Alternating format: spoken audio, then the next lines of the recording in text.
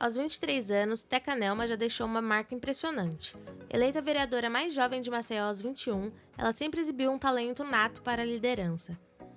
Durante o ensino médio, mobilizou colegas para arrecadar toneladas de alimentos para ONGs locais e, desde cedo, abraçou o ativismo como militante feminista consciente de seus privilégios. Sua atuação como vereadora é notável, promove um mandato inclusivo e democrático, liderando um gabinete diverso e representativo. Em pouco mais de 2 anos, tem sido uma voz ativa nas lutas das mulheres, juventude, servidores públicos, população negra, LGBTQIAP+, e pessoas com deficiência. Teca Nelma é uma mulher que faz a diferença. Teca Nelma, nós estamos aqui hoje para registrar pela própria voz quem você é, a sua história, como você chegou ao PSD Mulher, ao PSD e ao PSD Mulher, o que você pensa na vida, qual é o futuro que você antevê para você. Vou dizer uma coisa como coordenadora do PSD Mulher Nacional. Você representa tudo que a gente quer conquistar para o partido. Você tem posição firme, você é intelectualmente capacitada, corajosa e baixa a nossa idade etária. Porque a maioria das mulheres do PSD são mulheres que já não precisam mais cuidar dos filhos ou batalham para o trabalho. Temos muitas mulheres aposentadas e você, como uma jovenzinha, nos enche de força, nos enche de esperança. Seja muito bem-vinda, nós vamos registrar aqui para os anais do partido e do PSD Mulher a sua história. E passo a palavra para a nossa companheira Ivani Bosco, também do PSD Mulher Nacional, para fazer uma saudação a você. Teca, que prazer tê-la aqui conosco hoje. Você sabe que eu tenho um carinho muito especial por jovem dinâmico como você. Eu tenho uma neta da sua idade, um pouquinho, acho que 1 ano mais nova. E senti em você toda essa vibração, essa vontade, essa determinação para participar de uma vida pública, ser uma política com a sua idade, é alguma coisa que traz orgulho para nós mulheres e traz orgulho em termos de realização, de participação. Você é tudo isso que a gente quer de uma mulher jovem dentro do PSD. E como eu, todas nós muito curiosas para saber como você chegou aqui. Eu sei que sempre você teve como espelho a sua mãe, mas de qualquer maneira você deve ter tido a sua história própria. Você tem a sua história, porque você se animou a participar, você se animou a doar de você o melhor possível para a nossa política. Então, eu quero muito saber quem é você. Vamos contar um pouquinho a minha história. Primeiro, agradecer pela oportunidade, agradecer muito para a PSD Mulher por essa iniciativa. É muito importante que nós tenhamos esse conhecimento e essa troca de informações entre as mulheres do partido para a gente se ajudar cada vez mais e a gente crescer enquanto representatividade feminina. Então, eu tenho um orgulho muito grande de estar aqui hoje conversando com vocês e agradecer imensamente pelo convite. Então, vou me apresentar para quem não me conhece. Já teve um spoilerzinho aí do que eu vim conversar com vocês, mas eu sou Teca Nelma. Eu fui eleita a vereadora mais jovem do estado de Alagoas. Eu fui eleita com 21 anos de idade, hoje eu tenho 24 anos, e eu faço um trabalho em prol das minorias sociais. Então, eu trabalho aqui pelas mulheres, pelos animais, pela população LGBTQIAPN+, pela população negra, pela pessoa com deficiência. Na verdade, todo mundo que não é considerado prioridade, a gente traz como prioridade aqui. E a pauta da mulher é uma das minhas principais bandeiras. Quando eu vim para cá, eu fiz um exercício de inverter a cota das minhas assessoras. Então, eu tenho 70% de mulheres e 30% de homens. Normalmente, a cota de gênero é reservada às mulheres. A gente se contenta com 30%. E a gente inverteu aqui dentro. E temos um gabinete extremamente representativo com todas essas pautas. Nós temos 50% de pessoas negras, nós temos pessoas LGBTs, nós temos pessoas com deficiência que também trabalham aqui no meu gabinete e pessoas indígenas. Então, a gente fez essa multiplicidade. E eu sempre gostei de política. Vou contar logo para vocês que eu fui apaixonada desde pequenininha. E a senhora me perguntou o que é que eu almejo, e eu vou falar o meu sonho bem de bebê, bem de criança, que é ser presidente do Brasil. Esse sonho ainda está aqui junto comigo. Bem, Já recebo o nosso apoio. Não posso dizer que esse sonho ainda morreu, ele está aqui comigo. Tenho muita esperança de um Brasil melhor. E eu, desde pequenininha, antes eu falava que eu ia ser presidente do mundo inteiro, porque eu não sabia que tinha os países, né? Minha mãe e meus pais contam muito isso. E eu sempre acompanhei. A minha mãe, ela foi vereadora e deputada federal, hoje está como secretária nacional de Agricultura, mas a gente não tem um histórico familiar grande, não somos políticas tradicionais alagoanas, que é de pai, filho e neto. Primeiro já começa com o matriarcado, que aqui são as mulheres que estão na política, a nossa família, não são os homens. Mas a minha mãe veio de uma situação muito humilde, de uma situação em que a minha avó engravidou 25 vezes. Então a gente tem vários tios, a família é muito grande. Minha avó era costureira e meu avô tinha uma doença degenerativa no cerebelo. Então a minha mãe foi a primeira a entrar na universidade, a se formar, e eu tenho mais 3 irmãs. Ela tem 2 filhas, meu pai tem 2, e aí, totalizando, nós somos 4. E nenhuma delas nunca se interessou pela política. Eu tenho uma irmã que é jornalista, uma que é médica e outra administradora. E eu sempre falei, desde pequenininha, que eu ia trabalhar com a política.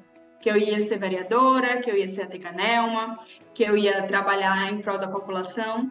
E aí eu vim construindo a minha vida pensando nisso. Eu sou formada em Relações Internacionais pela UNB. Eu tinha um compromisso com a minha família que eu só poderia entrar na política oficialmente se eu me formasse em alguma coisa. E eu continuo estudando. Hoje eu faço mestrado em Gestão e Políticas Públicas pela FGV São Paulo. Então é algo que eu estou sempre me atualizando, trazer o melhor para Alagoas. E aí, essa sou eu, faço aqui um mandato super combativo, extremamente voltado para as pessoas que mais precisam, e trabalhando aqui em Maceió, em Alagoas, num cenário não muito animador, mas que a gente tenta construir aqui um PSD que realmente reflete os anseios da população. Teca, eu vi um vídeo em que você foi publicamente agredida por um homem dentro do nosso partido. Eu achei isso tão desproposital. Um homem convidado a quem o partido ofereceu a palavra agredir uma vereadora do nosso partido, e eu quero aplaudir a sua reação. Você é muito forte. Isso acontece com todas nós. Impossível modificar cabeças como a daquele agressor. Agora, você pode falar um pouquinho daquele fato? Como é que se desenrolou posteriormente àquela cena?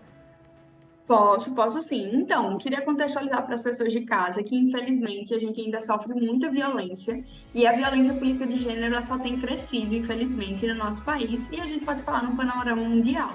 A gente tem um reconhecimento dessa violência como uma violência contra a mulher muito recente, ela foi tipificada há poucos anos. Então, é algo que a gente está ainda formalizando todo esse processo para mostrar que a gente não vai aceitar coisas que durante muitos anos foram consideradas como normais, como você está achando ruim, só vai piorar, aguenta mais que tá pouco, não quis entrar na política. A gente não pode normalizar a violência. E, infelizmente, assim como outras colegas parlamentares, outras mulheres na política, eu já sofri violência política. Eu já tive um pedido de censura e de cassação aqui dentro da Câmara de Vereadores por outro vereador de outro partido.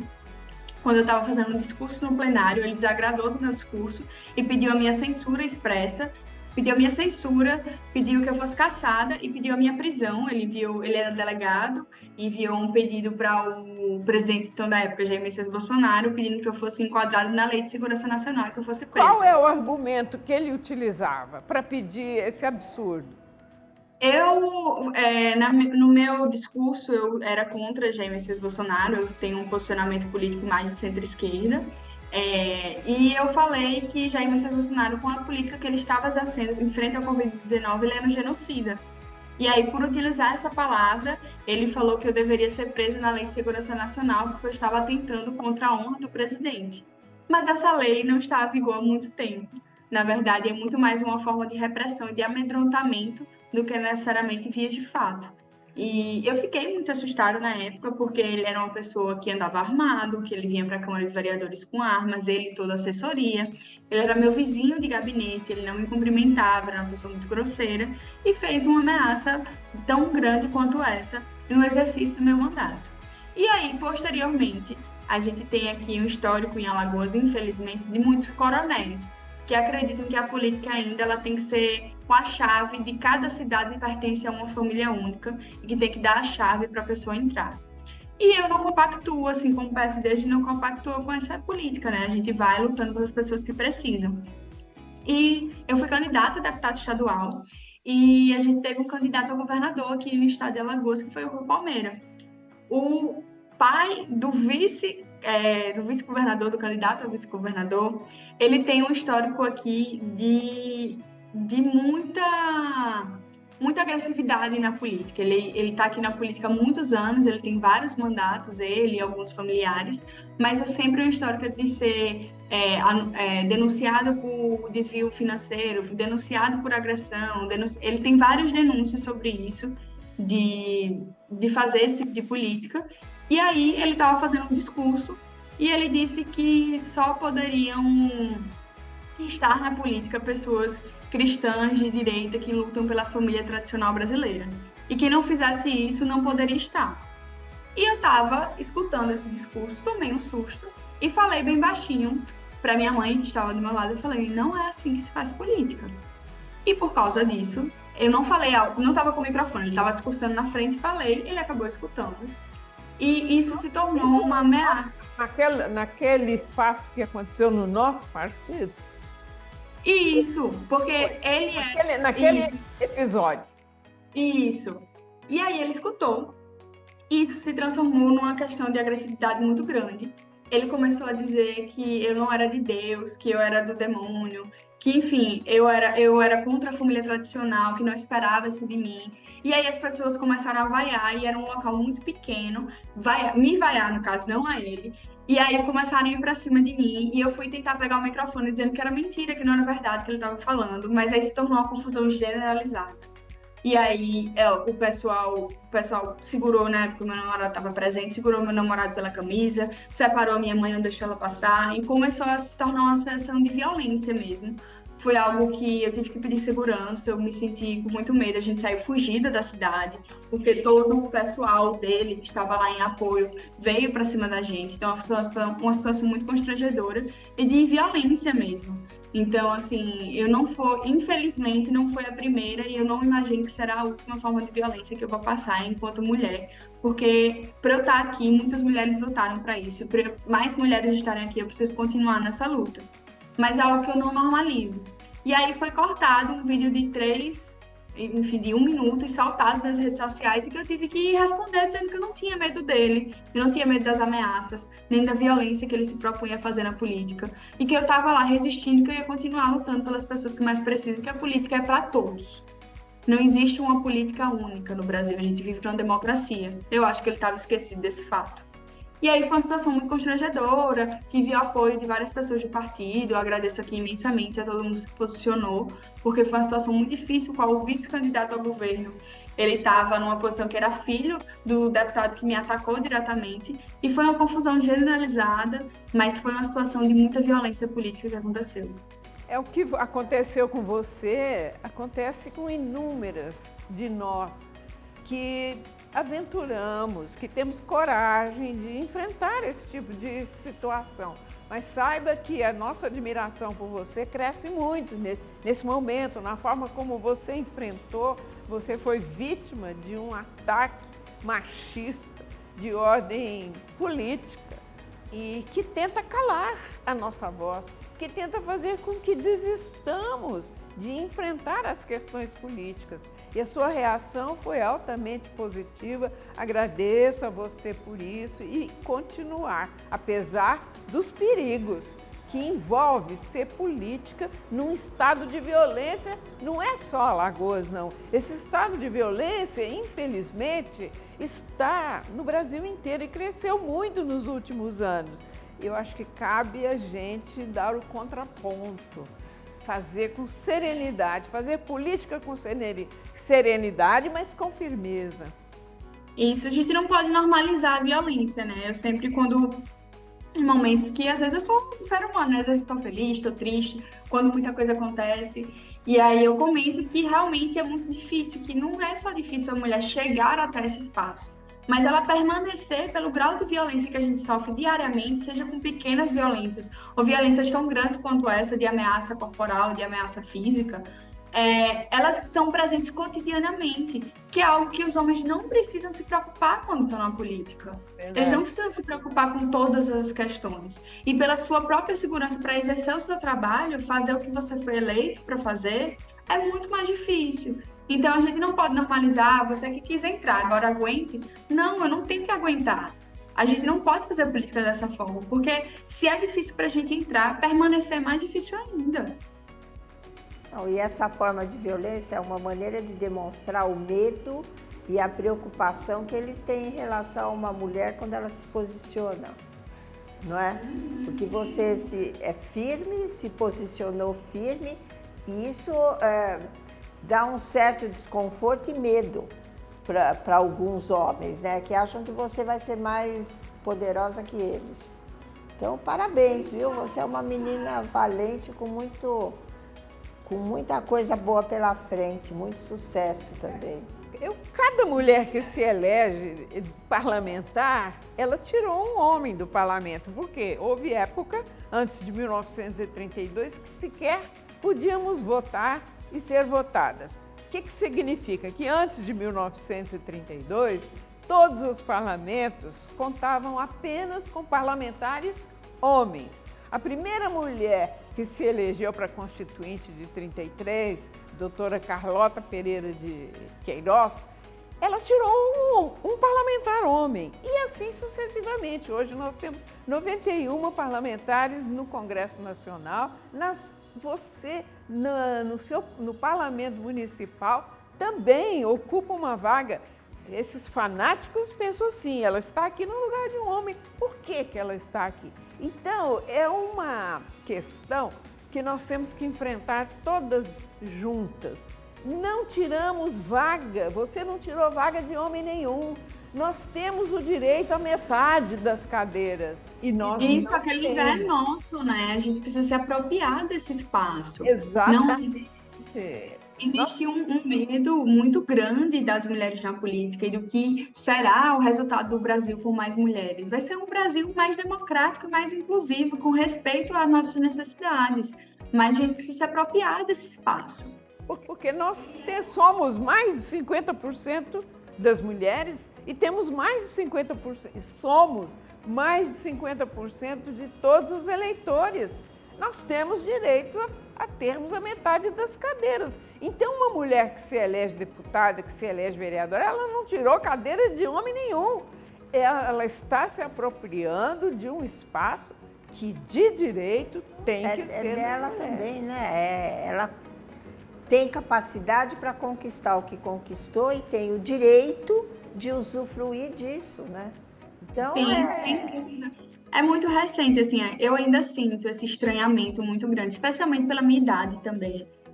Ser jovem, eu sou muito questionada aqui na Câmara, assim, você tem certeza que você está falando? Baseado em quê? E aí, quando eu me irrito com esses questionamentos, eu sou logo taxada como histérica ou como louca, né? Porque isso acompanha todas as mulheres há muitos anos, a louca e a histérica ou mimizenta. Eu acho que são os três adjetivos que me acompanham, infelizmente. E por a gente não aceitar esse tipo de questionamento mais, mas assim, pela minha idade é algo que eu ainda encontro, esse estranhamento da mulher na política, e por eu ser jovem é sempre assim, mas você é tão jovem, como assim? Você pode estar ocupando esse espaço. E eu acho que isso deve muito pelo nosso histórico, né? Em 1932 tem poucos anos que a gente pode votar e pode ser considerada como ser político. A minha avó tem 99, então a mãe dela não pôde votar, são gerações muito próximas que a gente está entrando.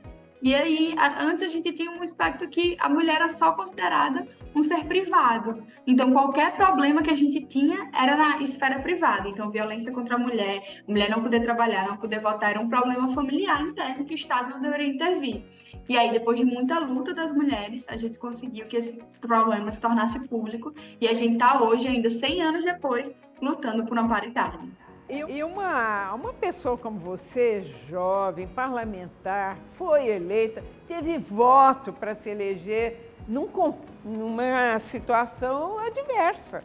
Todas as candidatas mulheres enfrentam situações adversas, mas a sua idade, você tem muito pela frente, a sua clareza política e a sua coragem ameaçam demais. A maioria dos homens que se elegem são fracos, porque eles foram ajudados pela família. Olha só a diferença. O homem, quando diz na família, eu quero entrar no partido político, eu quero ser candidato, rapidamente a família inteira apoia e já o libera das questões particulares. Você não vai buscar mais menino na escola porque tira o seu tempo da política, você não precisa mais ajudar nas compras. Agora, quando uma mulher diz na família, eu quero entrar para a política, a primeira reação é de negação. Não pode. Quem vai levar o menino na escola que você leva? Quem é que vai fazer a compra do mês? Ou seja, o impedimento já nasce dentro da família. É muito diferente. O homem é completamente ajudado, a mulher é completamente desestimulada. Mas quando eu vejo uma jovem como você, com essa meta maravilhosa de ser presidente da República, conte comigo, Teca Nelma. Eu vou estar na sua campanha, quero viver para ajudar você a ser presidente da República. Teca, você nasceu para ser protagonista. Você nasceu para ser protagonista, não coadjuvante. Muito obrigada. Eu quero fale aí alguma coisa que você ainda não falou, mas já recebo nossos agradecimentos por você ter dedicado esses momentos tão agradáveis para nós hoje, e a sua história será registrada nos anais do PSD, que está muito feliz com você, com a sua militância, com a sua presença na Câmara Municipal de Alagoas, que já elegeu mulheres e vai eleger mais ainda, você governadora e chegar a presidente da República. Isso mesmo, queria agradecer imensamente pelo espaço, assim, dizer que esse mandato é fruto de muita luta, de muitas pessoas que construíram ele comigo, ele não é só meu.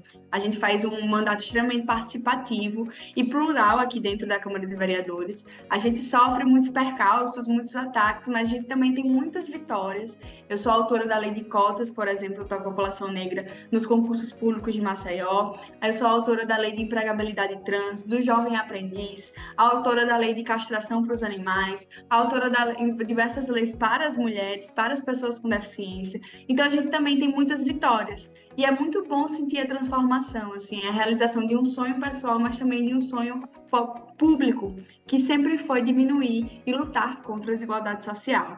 Eu queria agradecer pelo espaço, dizer que eu estou sempre à disposição do partido, que quem quiser conhecer mais a minha história, quem quiser conhecer mais o meu mandato, ou fazer críticas, sugestões, elogios, reclamações, eu sempre estou aberta a escutar a população. A gente tem todas as minhas redes sociais, é tudo Teca Nelma, Instagram, Facebook, Twitter, TikTok, YouTube, é tudo Teca Nelma, não tem erro. E aí eu também sempre vou estar de rosa, que também é uma representação muito importante para mim, utilizar essa cor como uma cor política, uma cor que deve ser respeitada como isso. Então eu queria agradecer esse espaço e dizer que eu estou sempre à disposição. Nós é que estamos felizes de ter você aqui com a gente. Muito obrigada. Parabéns, 1000 vezes parabéns.